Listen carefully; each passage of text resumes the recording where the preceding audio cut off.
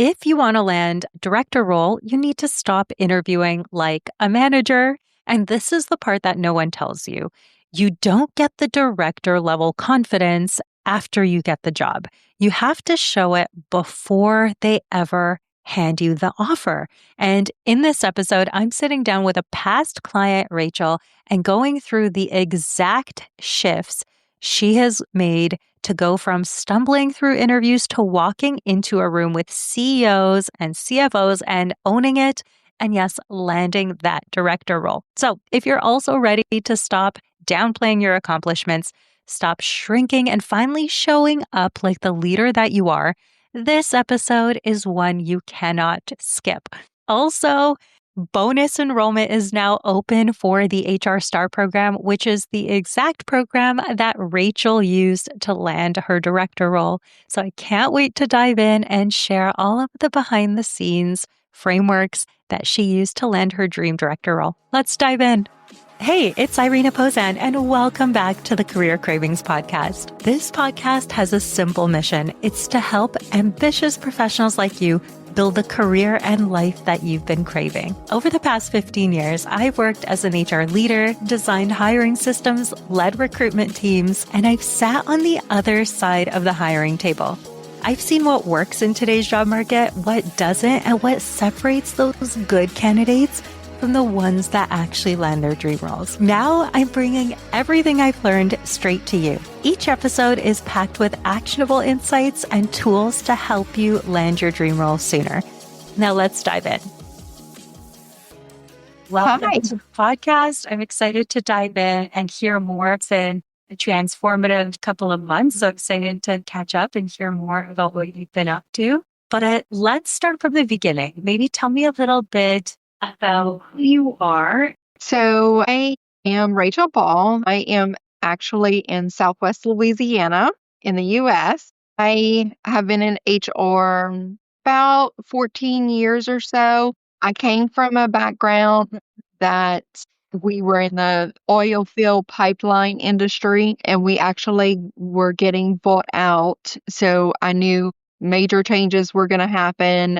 So I kind of started preparing myself for those changes and knew that I was going to have to make a transition in my role and try to find something else local because I'm not wanting to move out of state and then in this case out of country. Okay, so you could see the writing on the wall then. And so many people kind of have this spidey sense when maybe the company switched hands like yours did, right? They got, or there's an acquisition. Or maybe financially, there's like those hiring freezes that we often see before layoffs, or they just see other departments getting laid off and then are thinking, okay, HR is usually last. Maybe it's coming my way. So what were the signs for you where you're like, okay, I should proactively start thinking about my next career move? Like, was it the acquisition? Were there other things that people can watch out for to know maybe their role will be impacted as well? Absolutely. So in my case, they already had a huge HR team. Mm-hmm. And some of the things that I would do on a day-to-day basis were being taken from me. And, they had people in their team that would ask questions and then they were slowly, doing more of the hands-on. So I knew it was coming. Okay. So you're reading between the lines. You're like, huge overstocked department. They already have their people. And often that happens when a company is acquired, they have their people and they don't need duplicate roles. No matter how amazing you are, they don't know you yet. They have their own people, right? So, okay, amazing. And what was your title then? And what were you looking for next from your next chapter? So I was an HR manager when the buyout happened, and I was really looking to level up. Around here, we don't have a lot of major companies. Mm-hmm. So you can be called an HR assistant, an HR manager, an HR director, and all be doing kind of the same task, depending on what company that you go into. So really, I was looking to stay local to my role. And so I was applying to many positions as long as it was, in the field of what I was looking to do.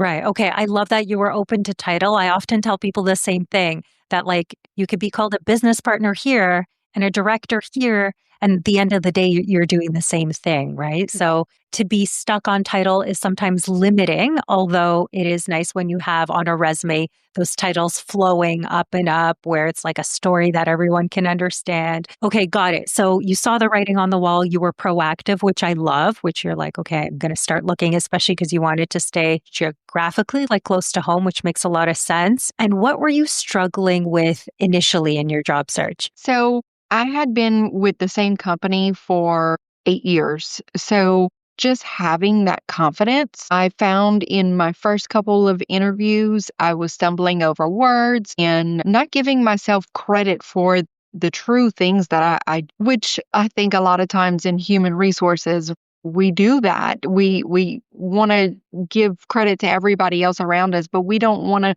take the credit for ourselves and the things that we have accomplished. So I was noticing that I was stumbling over my words and not giving myself that credit that I deserved. So I found that I needed that extra support and not necessarily from my support system at home, my husband or my mom or, the people that I'm closest to. I didn't need that support. I needed guidance on people that understood the things that I couldn't necessarily point out for myself, I like love a that. career coach or, something like that. I love it. So you already started interviewing and you're like, okay, I know this could be getting better. I know this could be going better.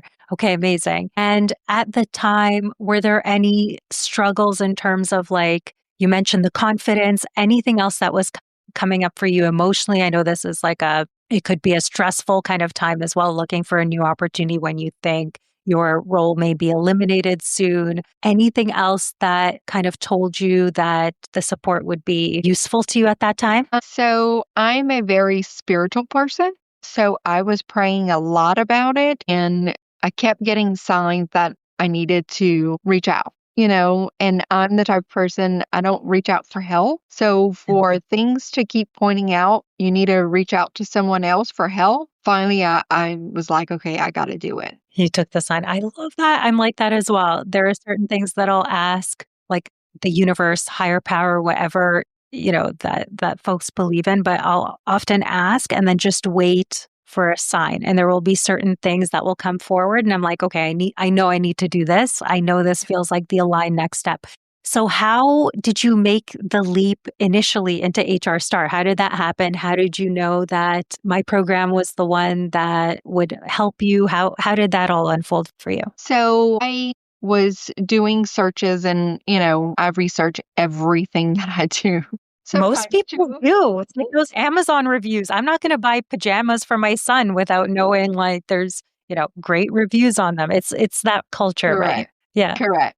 So I started researching, and your program actually came up a few times along with a couple other programs. And just seeing the reviews and actually being able to take the master class first and receiving some of that feedback from people that were in the class previously and things like that, I finally decided, this I think is the way I need to go. I love that. And what happened next? So you signed up, you made it official, you attended the free masterclass, then you joined HR Star. And what happened next? How did things shift for you? So the most important thing, of course, was setting up my resume.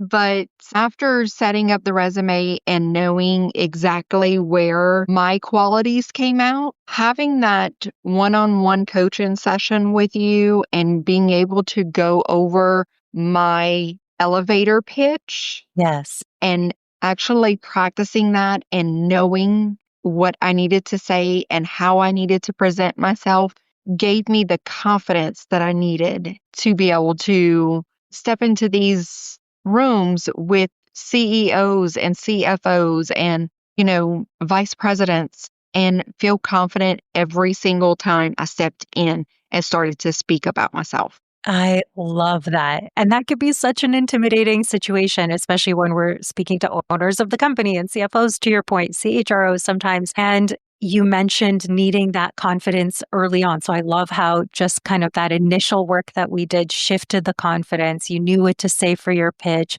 And how did that look different in your next set of interviews when you compare it to your interviews before? Because I know you said like there were those early interviews that you knew you wanted to change something about.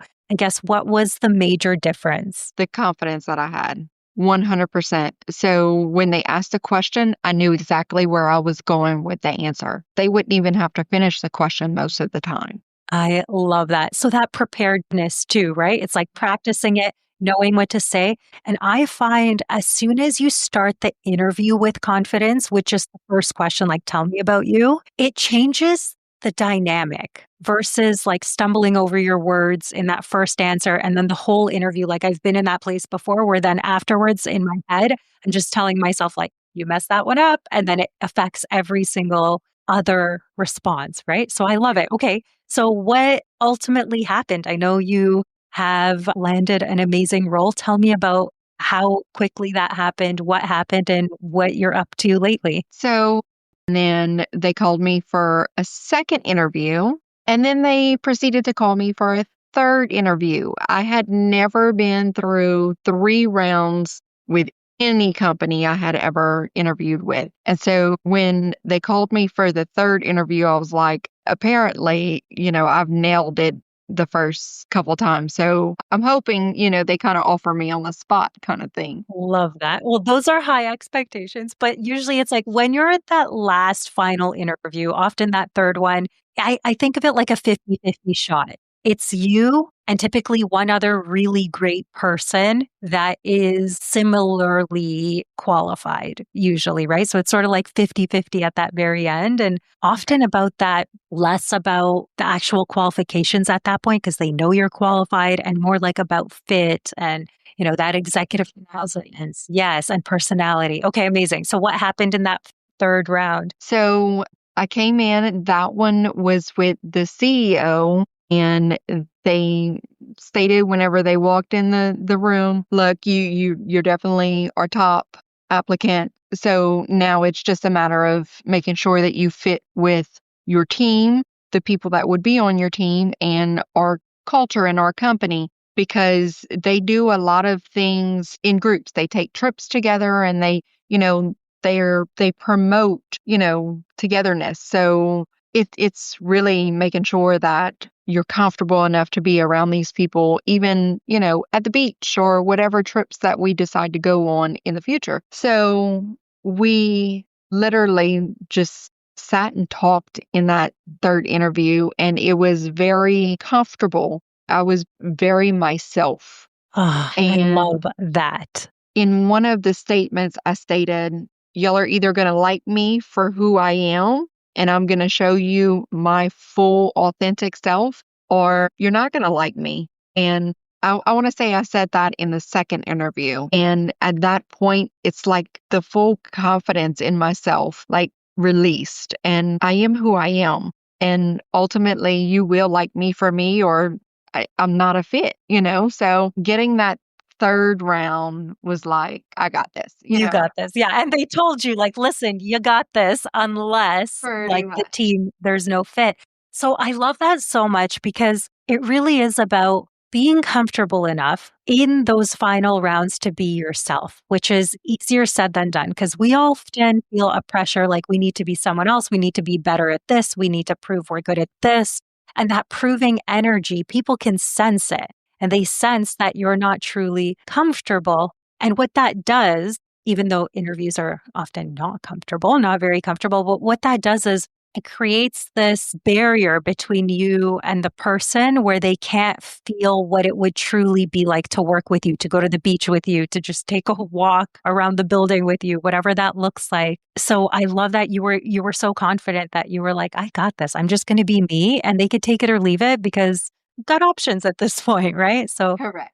we are officially in the biggest hiring season of the year, January, and enrollment for HR Star is officially open. HR Star is my signature coaching program for HR professionals who want to land their next HR roles as soon as possible. And many do in as little as 3 weeks, up to 3 months. And the results are literally guaranteed so that it's a no-brainer. When you hop into HR Star before doors close on February 2nd, you will be receiving $3,000 in bonuses, a bonus one-to-one coaching session, a full resume transformation, a custom pitch, and a live LinkedIn audit to match your new brand story. And I've opened up a 12-month payment plan option to make the decision a no-brainer.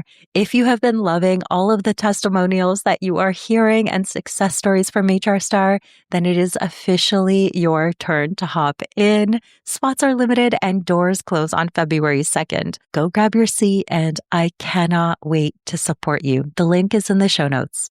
Love that. Okay. And then give me all the good news. What happened after that? So I started here in July. Absolutely love the people I work with. I'm from a very small town. So people go to church together. They, spend weekends together. And it's a very family oriented business. Sometimes can be bad. But in this case, they really support each other. They know each other's children and their kids played ball together. And it's like such a small community feel. And it's amazing. The farmers come in, they're covered in dirt and mud, just like I'm used to. And that's the environment that I Industry. yeah. Okay, I love that. So you found what you were looking for, and that community does make a big difference. I know sometimes when you see those words like on a job description, it could be a red flag because they're like, no, I'm going to need to call on you in the middle of the night or whatever that looks like. But I've experienced cultures like that. My husband actually used to work for a culture like that where he wasn't in that local community. He was remote, but everyone else was local and everyone had these connections he wasn't used to. Like they would go to church together, they would play sports together, their kids were playing sports together. And like he could see that there was this different level of, I don't know if it's respect, but like community there where people would do things for one another. They went above and beyond for one another. And you truly felt like you had, people had your back, you had support, no matter kind of what you're facing together. And a lot happens at work, right? So I love it. I remember one of the DMs from you, you were like, I found my place. I'm like, how is it going, Rachel? You're like, I found my people, like I found my place. And that's amazing. Plus, it was a director role, which is super, super exciting. What would you say is like the best part of this role and this new kind of journey you're in now? So they were still doing a lot of things manual paper applications and things like that. And I transitioned my last company from paper to onboarding HRIS system, bits and pieces of an HRIS system. Yes. So I knew I could make a difference here. And immediately they listened to my ideas. I came to the table with solutions to some of their problems and actually saved money in the process for them. So they were like, win-win. Obsessed. And you knew you could do it because you've done it before. You probably told them that in the interviews, like, I got this, don't worry. And then when you're new in role in the first couple months, even the first 6 months, and you can save them money, you've just paid for your salary, where it's like, it takes all the pressure off of like, am I delivering what I said I would? Am I doing a good job? Right. So it's like you can feel even more confident and more secure in that. And seriously, that is really, really important, especially with so many companies downsizing, like your last company was. But this is happening across the board with AI and so many different administrative type functions like HR, even though I know you're in a more senior leadership role, but it affects every level. So I love that. Okay. And going back to HR Star, I heard the confidence really shifted. Were there any other big shifts for you in terms of any aha moments, anything that had like an impact on you? So I would say the aha moment is being able to build that elevator pitch. I love that. It really was, it gave me the confidence that I needed. I knew at that point, once I wrote down the things that I have done and accomplished, and I wasn't giving myself credit for, and Yes. actually gave myself credit for those items, I was like, man, I really have way more to be able to sell myself than I thought. Yes, yes, and sometimes it takes that outside perspective because we take what we do for granted. Like at your last company, of course, I did a full digital transformation, but that was my job, no big deal. Where it's like, no, that's a really big deal. And like someone is going to value that just like they did here. Okay, so if we make that real for people, because a lot of people won't know exactly what we're talking about in terms of a pitch. And can you share kind of like the before pitch versus the after? Like what kind of things were you taking credibility for that was deserved, that did sound more confident, that made a big difference in the way your interviews flowed? So, some of the things that I would state were, I made data driven decisions. Yes. Well, after going through the whole process and actually writing things down, I was able to give examples and I wasn't Yeah. stumbling whenever I would use that terminology. I was able to give exact examples of how I used data to make those decisions and to drive that to the leadership. Yes. Okay. That's so interesting. I filmed another episode today about data driven decisions and I talked about personal branding. It's so funny, full circle. And it's true. We could say something is true about us. We could say that, yes, I value data. I'm a data driven person. But unless we can really talk about those examples and prove it, it's meaningless. Right? So, like on a resume, you could write whatever you want, but if you can't really articulate that confidently to be like, well, this is how I typically present. I use numbers and all of this, and this is how I go to the leadership team to get buy-in. Da, da, da, da. And until you make it real for people, people won't believe it. It won't be a true part of your brand or something that you're known for. So I love that. Okay, amazing, amazing, amazing. What would you tell someone who is currently thinking about getting support with their search? Maybe they're where you were before we met and just thinking like, okay, this might not be going as well as I thought. Maybe I need some support. What would you tell like someone in that place or even your old self before you made that decision? I would say money is well worth spent, but not even on the financial side.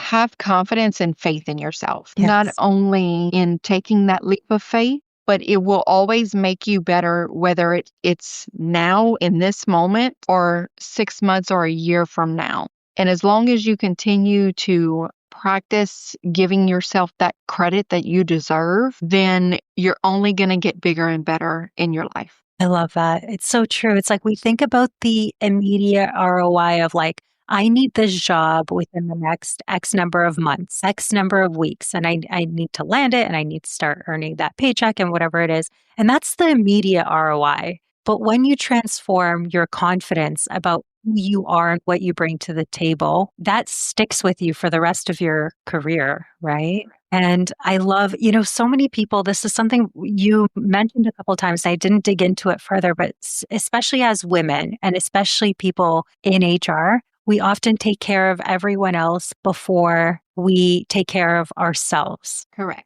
And we'll put our accomplishments, we'll downplay them, or we won't even think about creating that list of like why you're amazing at what you do. And through the interview process, we need to be our biggest advocates. Yes. Because if we're not doing it for us, like literally no one will know. Like if you don't say it, no one will know how amazing you are. They won't know what it's like to work with you on a day to day.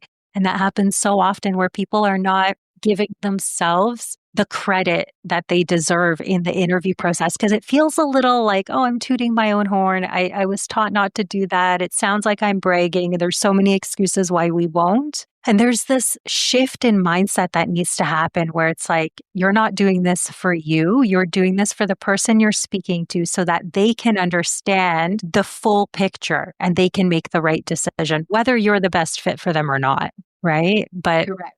I love that. Okay, amazing. Amazing. Well, thank you so much, Rachel. I think I never know where these, conversations are going to go. And this one is very clearly all about the confidence and the interview confidence and creating that aligned pitch that really demonstrates who you are and builds your brand that you're proud of, that then drives getting that dream offer and landing that director role and getting into the role where you feel like you're in your community, you feel like you're at home, which is so, so beautiful. Any Final words, anything I didn't ask you that you hoped we would bring up or talk about? Not at all. Biggest thing is have faith in yourself. I love that. And that is the first step. Because you know what? If you don't believe that you could do it, if you don't have the faith in yourself, why would you ever even try? Why would you even apply in this market when it is challenging? Why would you even send out that application? Why would you even attend that interview that's a little bit uncomfortable? Why would you put yourself out there? So I'm so proud of you. Congratulations. Thank you.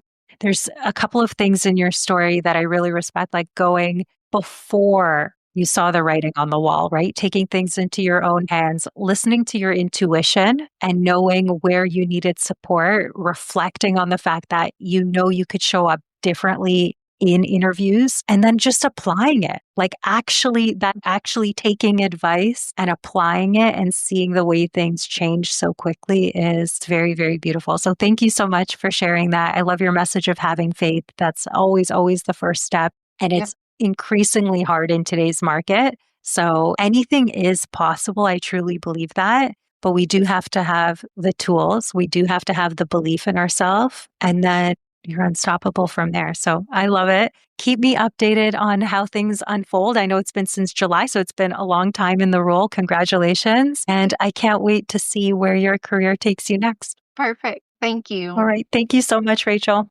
Bye-bye. We are officially in the biggest hiring season of the year, January, and enrollment for HR Star is officially open. HR Star is my signature coaching program for HR professionals who want to land their next HR roles as soon as possible. And many do in as little as 3 weeks, up to 3 months. And the results are literally guaranteed so that it's a no-brainer. When you hop into HR Star before doors close on February 2nd, you will be receiving $3,000 in bonuses, a bonus one-to-one coaching session, a full resume transformation, a custom pitch, and a live LinkedIn audit to match your new brand story. And I've opened up a 12-month payment plan option to make the decision a no-brainer. If you have been loving all of the testimonials that you are hearing and success stories from HR Star, then it is officially your turn to hop in. Spots are limited and doors close on February 2nd. Go grab your seat, and I cannot wait to support you. The link is in the show notes.